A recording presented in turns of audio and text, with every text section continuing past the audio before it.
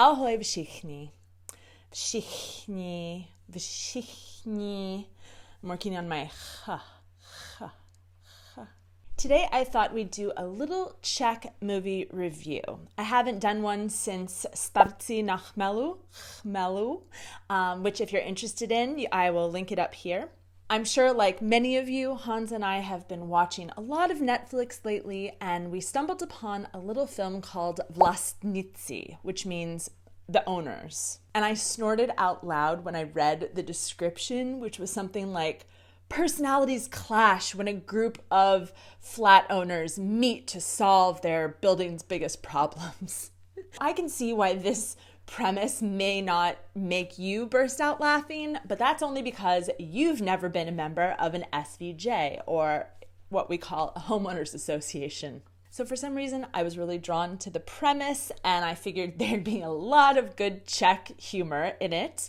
And after I watched it, I realized, oh, this is a great vehicle for me to not only review a movie, but to share with my non-Czech audience some peculiarities of Czech mentality and also some oddities of owning a flat in the Czech Republic.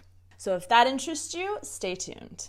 At times, I might see the film through the lens of a foreigner, which I am, and might read into the script things that were not intended by the writer and director, Jiří Havelka, but you can see if I come up with something new. There will also be spoilers, so if you haven't seen the film, I would suggest doing that first. It's available on Czech Netflix, and if you live in another country but you have a VPN, you can change your location to Czechia and watch the film on Netflix. The setting of Vlastníci is a SVJ, or a homeowners association meeting, and I literally cannot think of a less intriguing premise if you're just scrolling through a list of movies. But when the characters all reluctantly started to file into this conference room and sitting around this table, I immediately thought of 12 Angry Men, and I got the impression that nobody wanted to be here, but they were stuck as long as they couldn't agree. So that already lent a bit of conflict to the premise. So it is clear from the beginning that nobody wants to be there. And there are points during the film where several of the owners actually try to escape. One tries to go with his pregnant wife to the restroom. One man leaves because he's being persecuted.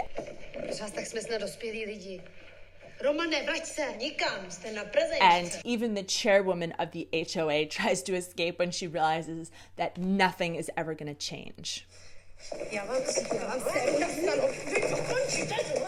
But they're all blocked by the real source of power in this room, and that's Hanka. We can call her Sousedka Bullshitova. She is like the lady in the Úřad that adheres to all of the zákony, all of the statutes, and people can't even get through a sentence without her correcting them for some minor infraction of some rule that they've set for themselves. And every step forward that the chairwoman tries to take, she is blocked by some arcane rule that seems to have been put in place specifically to block any progress. This, to me, is the perfect example of Czech bureaucracy.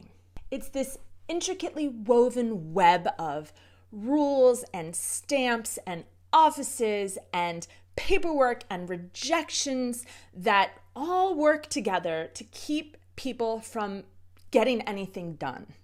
This comes into conflict daily with what I feel are more, I don't want to say American, but just like business-like attempts to get to a goal. Sometimes it feels like when you're working through the Czech bureaucracy that they value the strict adherence to stupid time-wasting rules more than they actually value the end result. There's plenty of bureaucracy where I'm from as well, but I feel like there's a more reasonable approach, like if something is thwarting the process, we can just change the rule, and that never seems to happen in this country. Because of all these petty and time-wasting rules, the chairwoman doesn't actually get to the point of the meeting until halfway through the entire film. And I realized that I've just spent my Friday night in the hell of someone else's HOA meeting, and I'm not even one of the owners. This film tactic reminds me of an American film that nobody has seen called Jerry, with Matt Damon and Casey Affleck. They're walking through the desert for 2 hours, mostly silently, taking us along with them until one actually dies of thirst and exhaustion. And then you realize that the director's goal was to make you suffer just as much as the characters did. In addition to these arcane bureaucratic rules governing the HOA, there's a particular Czech characteristic that interferes with any progress that the chairwoman is trying to make. How to explain? Anytime the chairwoman and her ally, the Slovak, try to make any progress in the meeting, they are thwarted by the other tenants for no apparent reason. Takže já výtah nechci. Prosím? Výtah si nepřeji. A proč? Prostě ne. Jak ne? Ne znamená mladý, teplý muži, ne. It's like these tenants get pleasure out of naysaying. Do you have a Czech word for naysay? You should. In my experience, Czechs like to point out the negatives of any situation. You can tell them your plan, and they will tell you 10 ways your plan will fail. Perhaps Czechs are just more cautious. Perhaps they're wise to the ways of the world, and they know that life is pointless. But these characters refuse even common sense improvements, like a water meter, so that they're not constantly fighting about who uses the most water. Or the idea of selling the empty attic so that they can raise funds to help repair their decrepit plumbing. They say no just for the sake of saying no. This reminds me of when I worked at a business language school here in Prague, and all of the students were adults, and they would complain and complain about the schedule of the courses. And so we changed the schedule so that it suited everybody's needs, and they found something else to complain about. And then I realized, you get actual enjoyment out of complaining. It's like your hobby. At the end of the film, they reveal that the obstructionists, the naysayers, are actually the biggest hypocrites, doing in private what they're accusing other people of doing in public. So one thing that I don't really understand, but I'd like to learn more about, is how a building was divided up into separate owners after communism. We get a little hint of it in this film, but if you know some resource or somehow where I can learn more about this, I think that many of my American viewers would be interested in that topic. So just write it in the comments below. So we get a little sneak peek at how this building was divided up after communism through one of the older characters that says everything was better during communism. Nobody stole from anybody. We all acted civilized, and now the world's going to crap.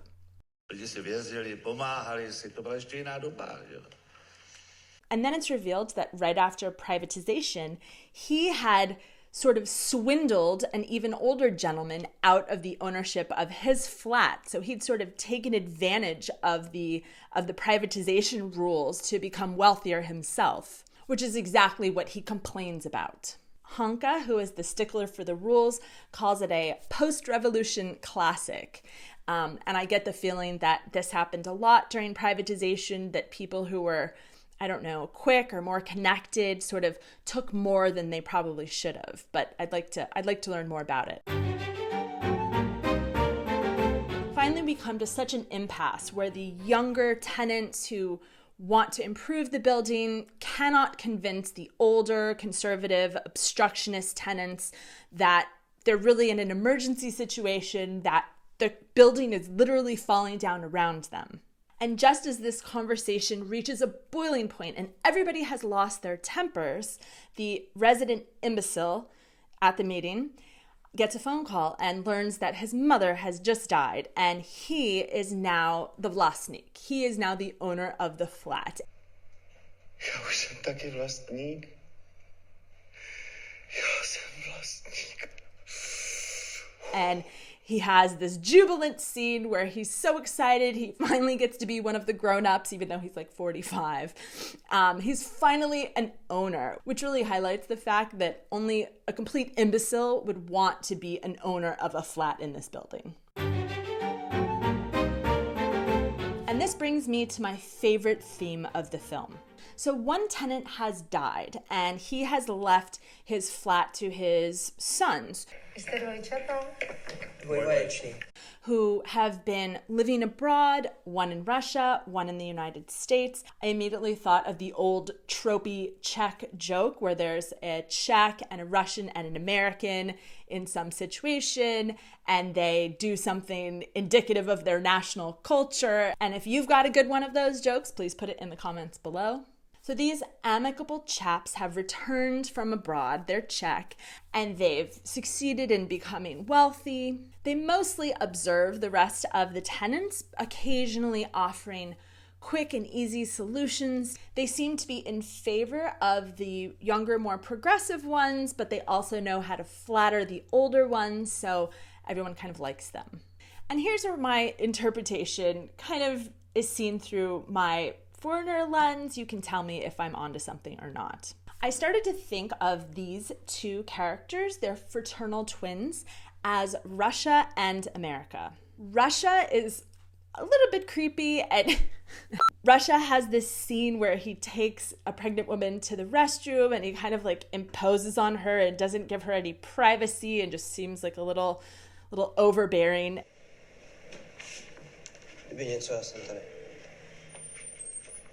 And then America is always offering to pay for things out of his seemingly endless coffers, like a new phone for the HOA or a free inspection or even a low-interest loan. I started to think of the chaotic and arguing Czechs as like the prize that Russia and America had returned to the Czech Republic to kind of like claim. And it's at this moment when tempers are flaring and the chairwoman finally quits out of frustration that America and Russia make their move. Takže se toho můžeme prozatím ujmout. Právě, že my bychom na to byli dva, takže by se to líp zvládalo. They offer to become the new chairman and deputy of the Homeowners Association, and they promise easy solutions that won't trouble the tenants too much, and they sort of offer to manage it all. Prostě připravíme nějaký návrhy, aby byli spokojení všichni. And instead of naysaying and telling them all the reasons this plan won't work, the Czechs, the obstructionists, just kind of like melt and thank them for being willing to take over the responsibility of their building. To není zas tak špatný nápad. Why would they want to deal with the chaos of their own affairs, their own messy democracy, when these outsiders from Russia and America are there to help them manage their affairs? Sousedka Bolshetova, who's always concerned with the minutiae, asks, well, who will be chairman and who will be deputy? And Russia says, My už si to s bráchou nějak rozhodíme. No, ale by to nebyl střed toho. Ne, my jsme dvojvaječní. And the Czechs, who are even suspicious of each other, the ones who they've known for years, put their fate into the hands of these two strangers from abroad. And the symbolism just smacks you over the head when Russia and America manage to get the Czechs to sign blank sheets of paper that they will then turn into powers of attorney so that the Czechs never have to be bothered with their affairs again. Konečně to někdo vezme do ruky. Jako firmu. Tak. Tady to jenom podepište, jo? Tady dole. Táta už šel? Tady to. That the paternal twins from abroad can manage it all. So perhaps I've injected my American perspective into this review, but there was just so much symbolism that I thought Mr. Havelka couldn't have put these fraternal twins into the film just by accident.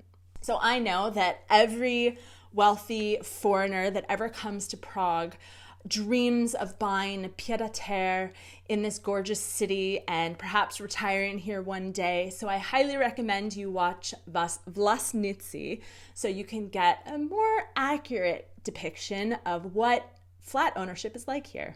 And if you know anything about the Czech mentality, it's that the best humor is to be found in the most miserable circumstances. So I highly recommend Vlasnici. If you've got an idea for a Czech film or serial that you'd like me to review, leave it in the comments below. Uvidíme se příští týden. Ahoj!